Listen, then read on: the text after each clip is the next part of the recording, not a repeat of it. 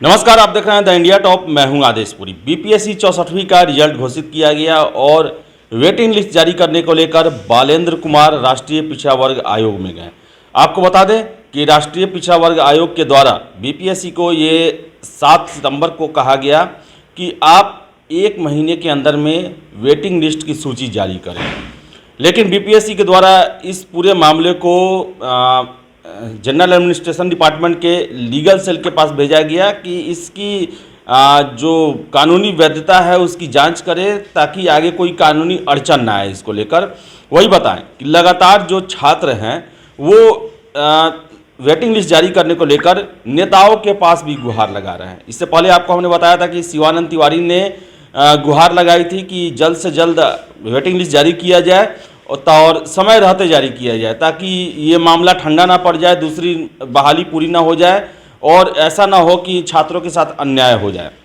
वही बताएं आपको कि छात्रों का एक शिष्टमंडल जो है वो बिहार के एक बड़े नेता उपेंद्र कुशवाहा से मिलने गया और उपेंद्र कुशवाहा ने एक पत्र जारी किया है। उसमें दिया हुआ है कि प्रधान सचिव सामान्य प्रशासन विभाग के नाम पर यह पत्र लिखा गया है, जिसमें कहा गया है कि संलग्न पत्र के आलोक में सादर कहना है कि राष्ट्रीय पिछड़ा वर्ग आयोग के द्वारा दिनांक 8 सितंबर को 64वीं बीपीएससी का वेटिंग लिस्ट 15 दिनों के अंदर में जारी करने को कहा गया। इसके बावजूद अब तक जारी नहीं हो पाया। सूत्रों द्वारा ज्ञात हुआ कि सामान्य प्रशासन विभाग से दिशा निर्देश मिलने के बाद ही सूची जारी की जाएगी। आपसे सादर पूर्वक आग्रह होगा कि छात्रों के बेहतर भविष्य को देखते हुए नियमानुकूल उचित दिशा निर्देश देने की कृपा चाहेंगे। तो उपेंद्र कुशवाहा ने पहल की है और जनरल एडमिनिस्ट्रेशन डिपार्टमेंट के सेक्रेटरी को पत्र लिखा है कि इस पर जल्द से जल्द जो है कोई फैसला लेकर कार्रवाई आगे बढ़ाया जाए, ताकि छात्रों के भविष्य के साथ कोई भी खिलवाड़ ना हो। उनका हक है, क्योंकि उन्होंने जब फॉर्म फिलअप किया था तो उतने सीटों को ले किया था और उतना सीट अगर नहीं भर पाता है और जो मेरिट में कुछ नंबर से आने से छूट गए हैं उनके साथ ये अन्याय होगा। आपको बताएं कि क्यों देरी हो रहा है। इस देरी का कारण हमने कल पारसनाथ सर, जो कि फेमस टीचर हैं एलएचडब्ल्यू के ज्योग्राफी के, उनसे जब हमने पूछा तो उनका कहना था कि ऐसा होता है, लीगल सेल इसलिए इस पर विचार कर रहा है, समय लग रहा है, कि ऐसा होता है कि मान लिए कि डीएसपी की 5 सीटें खाली हो जाती है, 5 लोग ज्वाइन नहीं करते हैं और नीचे से वेटिंग लिस्ट में अगर रैंक नीचे है उनका और सीधे उनको डीएसपी दे दिया जाएगा, तो ऐसे बहुत सारे कैंडिडेट होंगे जो कि अच्छा रैंक लाने के बावजूद उनको डीएसपी या दूसरा पद मिला हुआ है, जबकि उनकी चाहत थी डीएसपी जाने की, पहला या दूसरा चॉइस था। तो ऐसे समय में कोर्ट मुकदमा का मामला बढ़ जाता है। वो दावा करने लगेंगे कि हमने अच्छा रैंक लाया, हम पहले मेरिट में आए, तो हमको ये पद क्यों नहीं मिला। तो यही सब जो है विचार किया जा रहा है, कानूनी पहलू को देखा जा रहा है। लेकिन सबसे बड़ी बात कि अंततः फैसला जो है जनरल एडमिनिस्ट्रेशन डिपार्टमेंट को ही लेना है कि क्या इस प्रॉब्लम को वो सॉर्ट आउट करेंगे या फिर पहले की तरह हाथ खड़े कर देंगे कि नहीं, हम वेटिंग लिस्ट जारी नहीं करेंगे। वेटिंग लिस्ट जारी होना चाहिए, क्योंकि जितनी सीटों के लिए आयोग के द्वारा विज्ञापन दिया जाता है उतना सीट नहीं भर पाता है। तो ये सबसे पहली प्राथमिकता होनी चाहिए कि आपके पास कैंडिडेट हैं, सीटें खाली रह जा रही हैं, तो उनको किसी भी तरह भरा जाए। इसके लिए कोई ना कोई रणनीति तैयार किया जाए, जिसके बाद जो है वेटिंग लिस्ट जारी हो और जो भी नहीं आ पाए हैं मेधा सूची में अंतिम, उनका चयन हो और किसी छात्र द्वारा जो पहले से ऑलरेडी सिलेक्टेड हैं, मेरिट लिस्ट में आए हुए, उनके द्वारा भी ऑब्जेक्शन ना हो।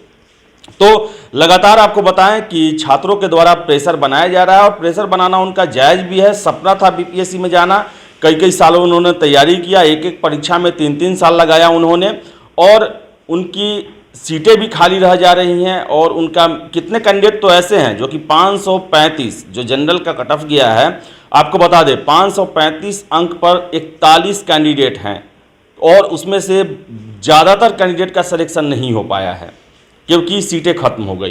तो ऐसे में ज़रूरत है कि सभी संवर्ग के जितने भी कैंडिडेट हैं जो कि वेटिंग लिस्ट के लिए पात्र हैं, सीटें उनकी खाली है, तो उनको मौका दिया जाए। और मैं हमेशा इस बात को कहता हूं कि 64वीं का ही देखिए आप, 64वीं के ही कैंडिडेट जो पास हुए थे वो 65वीं में रैंक 1 आए, रैंक 2 आए। बहुत सारे ऐसे कैंडिडेट हैं जो कि इसमें सिलेक्ट हुए।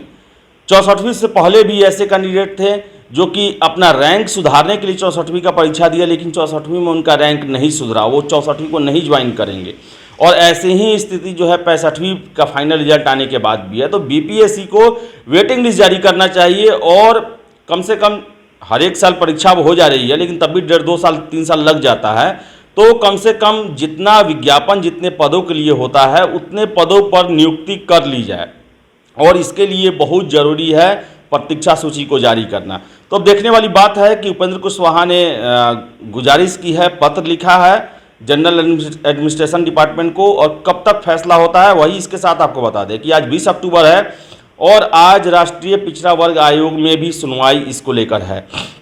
इसके अलावा बताएं आपको हम पूजा कुमारी, जिनका मेंस में 9 नंबर घटाया गया और 8 नंबर के कारण ही उनका सिलेक्शन नहीं हुआ, उस पर भी आयोग ने प्रश्न किया है कि आखिर ऐसा क्यों हुआ, आप इसका जवाब दें। तो अब देखने वाली बात है क्या सूचनाएं निकल के आती है, क्या फैसला लेती है, क्या पक्ष रखती है अपना बीपीएससी उनके सामने, हम आपको जरूर बताएंगे।